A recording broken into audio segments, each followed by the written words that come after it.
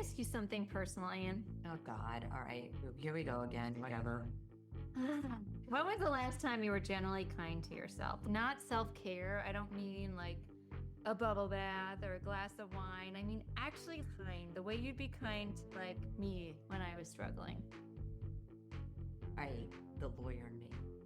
I'm going to need you to define a time frame for this question. This week.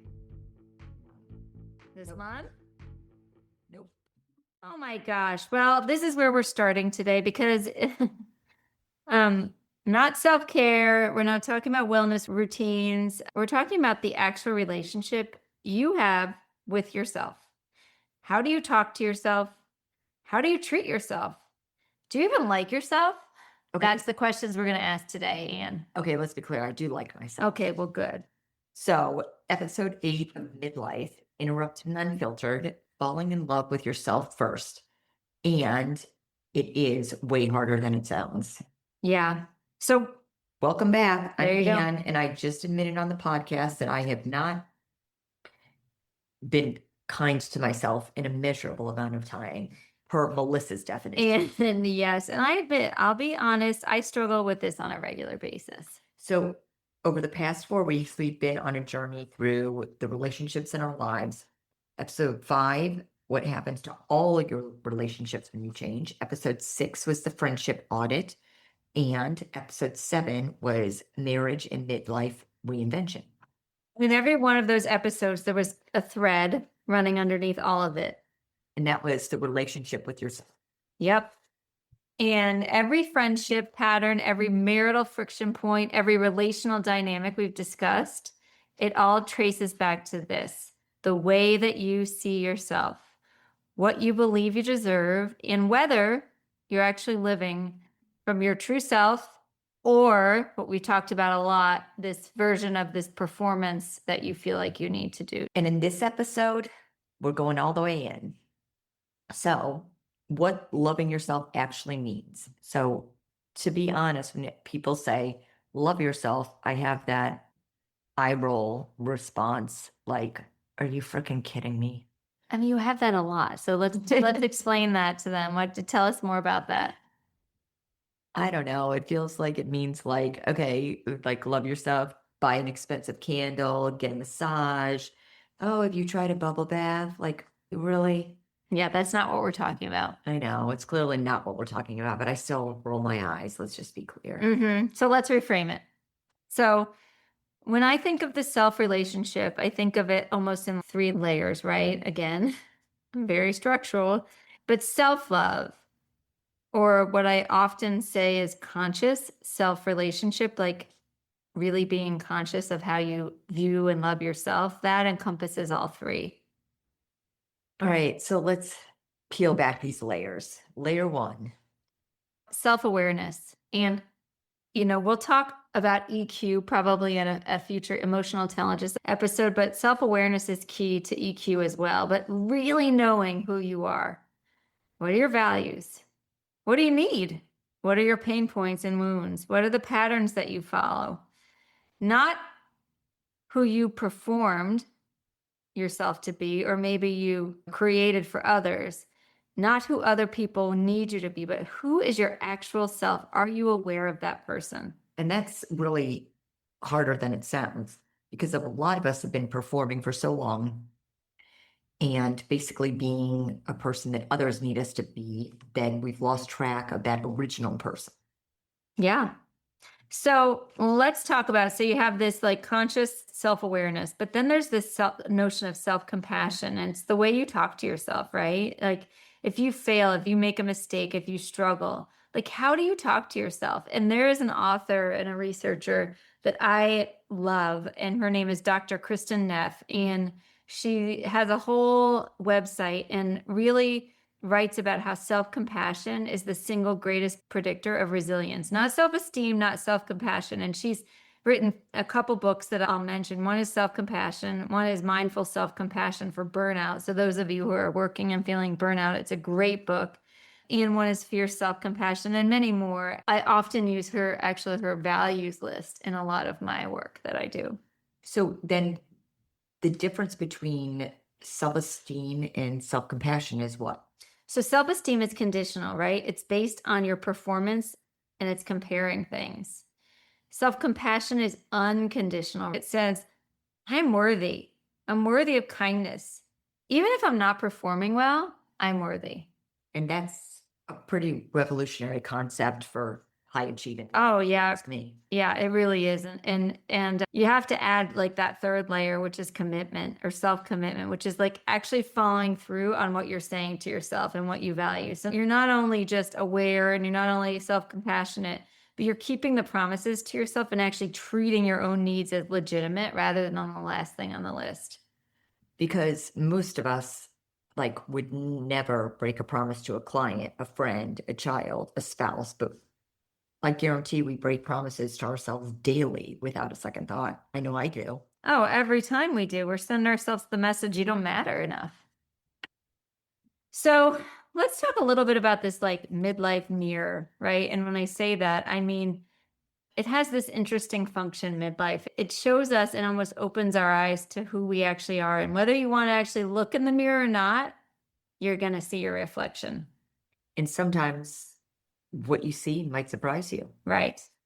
And I've had clients, and I'm sure, Anne, you have too, high-powered women, accomplished women, right? Who hit maybe their late 40s, maybe their late 30s, and realize, I don't really know who I am outside of these other roles, right? I'm a mom, a wife, I'm an executive partner, attorney, whatever. If I strip away all those things, like who's left?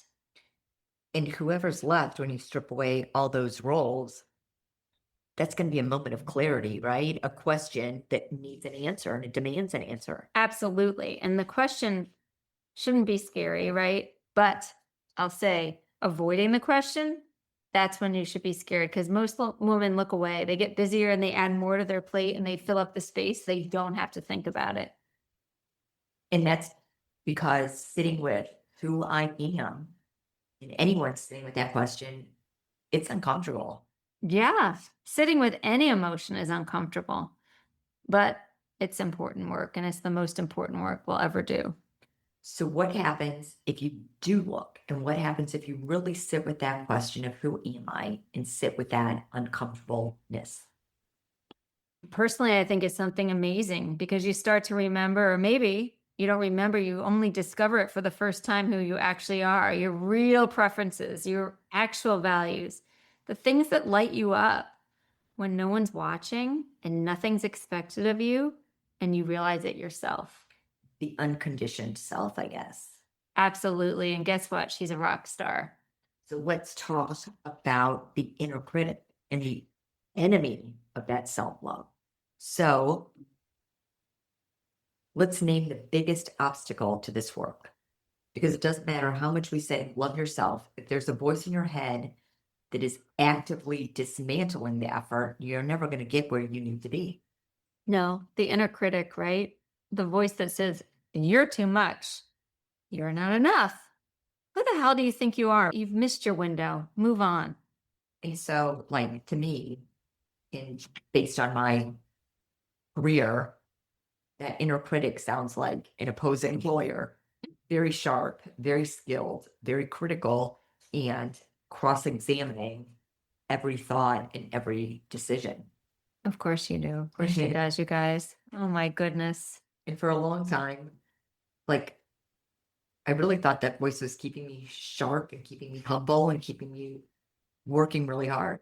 So what changed?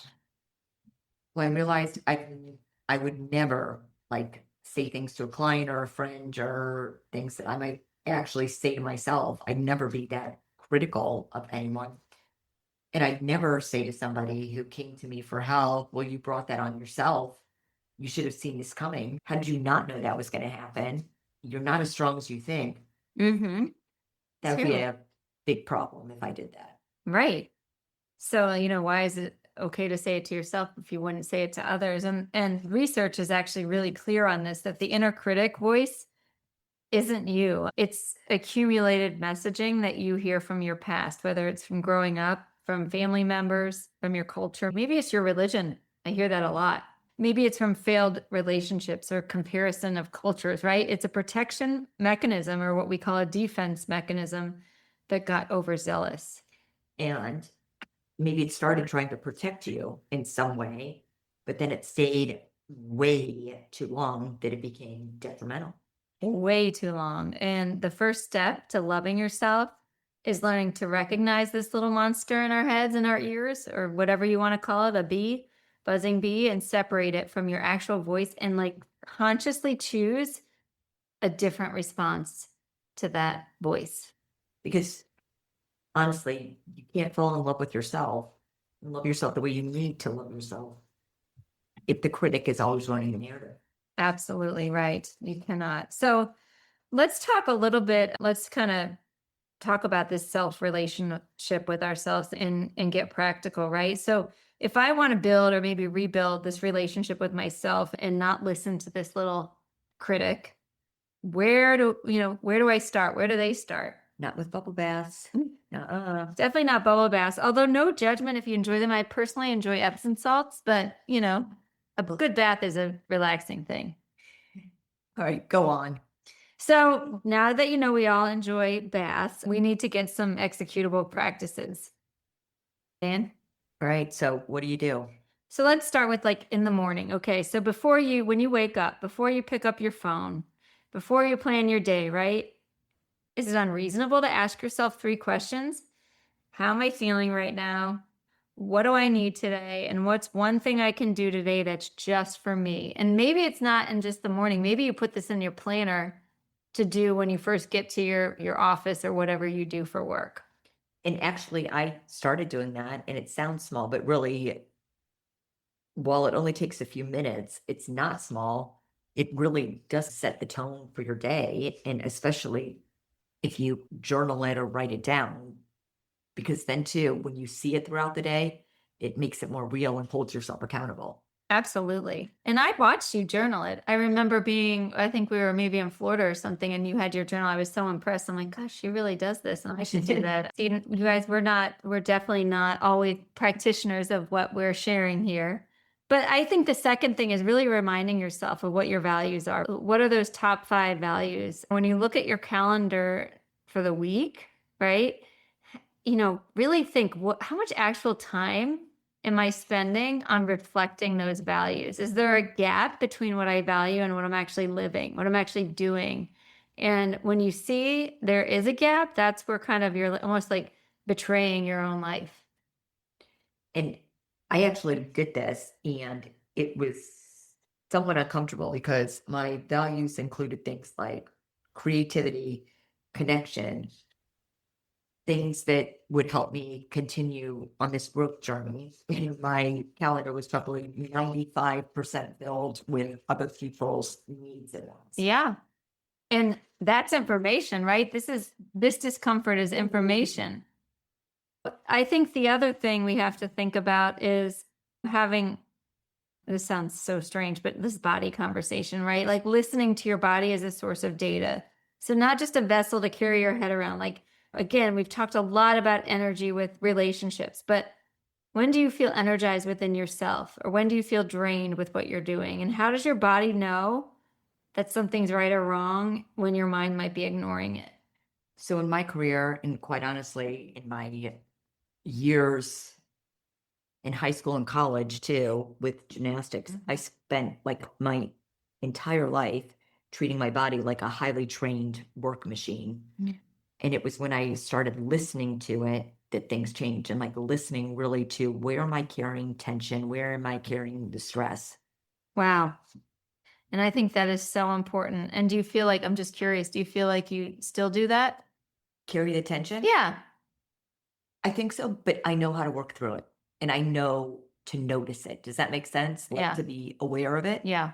And be like, okay, well, this, and then think, okay, well, am I carrying this tension because I'm processing this in a certain way that maybe I could reframe that issue?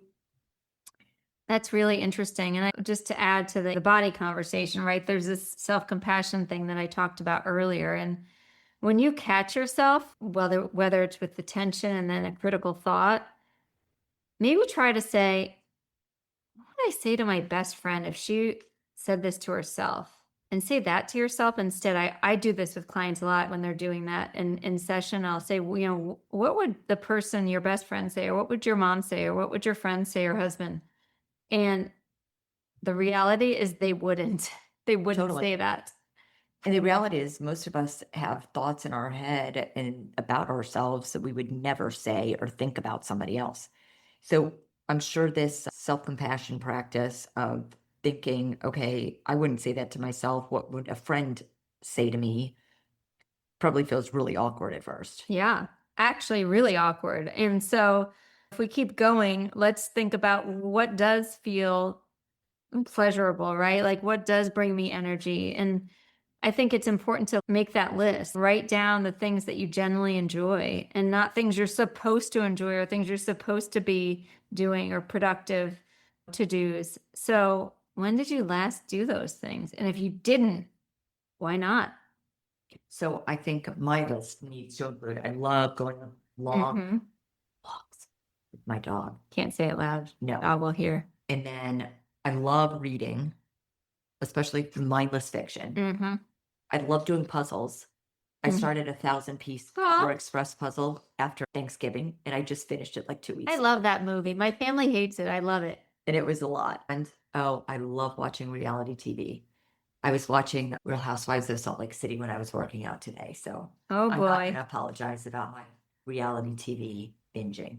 Let the record show. I know. And the record will show because this is on audio and I know I'm putting it out there. But like some of those things I haven't done in months, like sitting there with a good book, or Mm-hmm. taking a long, tell me where you're okay with my dog. And when I do it though, like it's freeing, it's fun, it's relaxing, and really showing myself that self care Mm-hmm. is a great feeling. Well, I hope that you get to do it next week because I know the next week is a vacation week. So I think this is important to say about why is self-care and self-love and self-compassion the foundation of everything. And I want to bring us back to the bigger picture because someone out there, if you're listening, you might be thinking, okay, this is nice, but like, isn't this a bit ridiculous and self-indulgent? And the woman who needs to hear this the most is the one rolling her eyes right now, like me. You were here. You were rolling your eyes. I know. You love to roll your eyes. Seriously, though, here's the truth. You can't give from an empty cup. And, I've often heard this from my stepdad quite often. And he's always like, you need to take care of yourself. You need to take care of yourself. And it took years for me to realize I actually do need to take care of myself. But every relationship we've discussed this month and in this topic of relationships, whether it's the friendship ecosystem, the marriage, the partnership, is directly affected by the quality of the relationship you have with yourself. And when you don't know what you value, you can't communicate it to other people. Right. Because when you don't know what you need, you can't ask for it. And if you don't believe you're worthy of the relationships you want, then you'll accept relationships that you don't want and aren't worthy of you. Absolutely.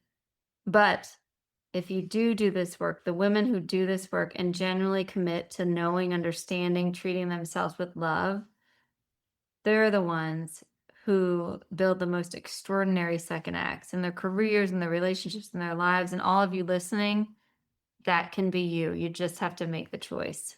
And this is the whole point of this whole podcast, not just to name midlife chaos, but to give you the tools to design your midlife and what comes next. Well, it starts here with the most important relationship in your life, which is with yourself. So, okay, we're already at that time. It's time for action. So, your action item for this week, and honestly, for the rest of your life, is the self-love letter. All right.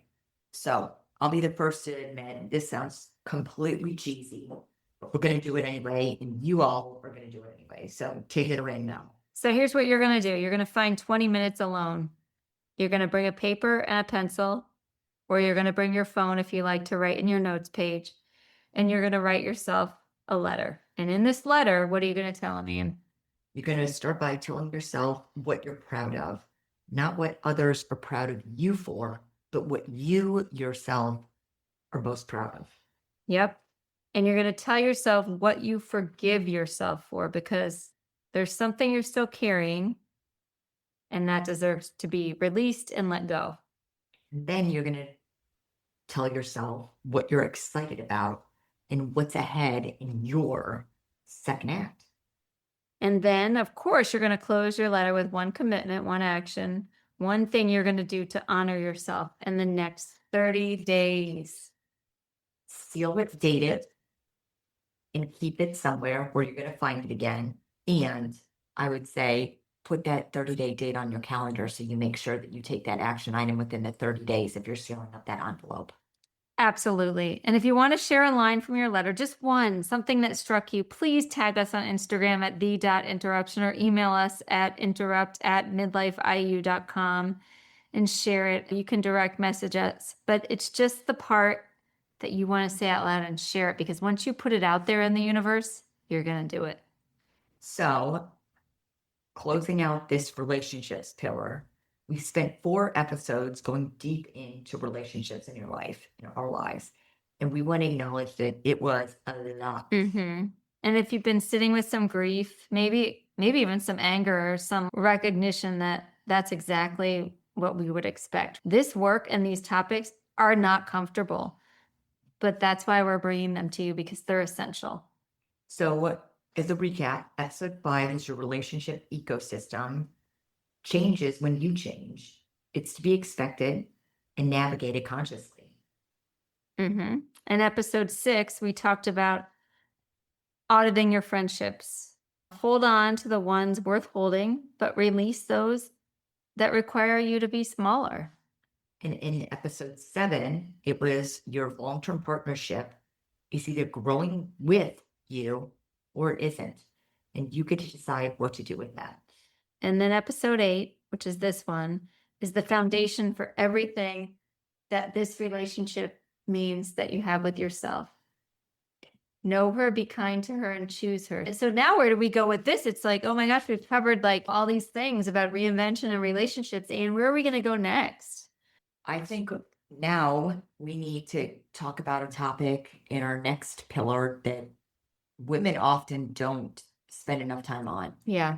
Finances and money. I think that's right on. And really being in control of your finances and your money and your financial future. Okay. I'm excited for that. And I know you're really good at that.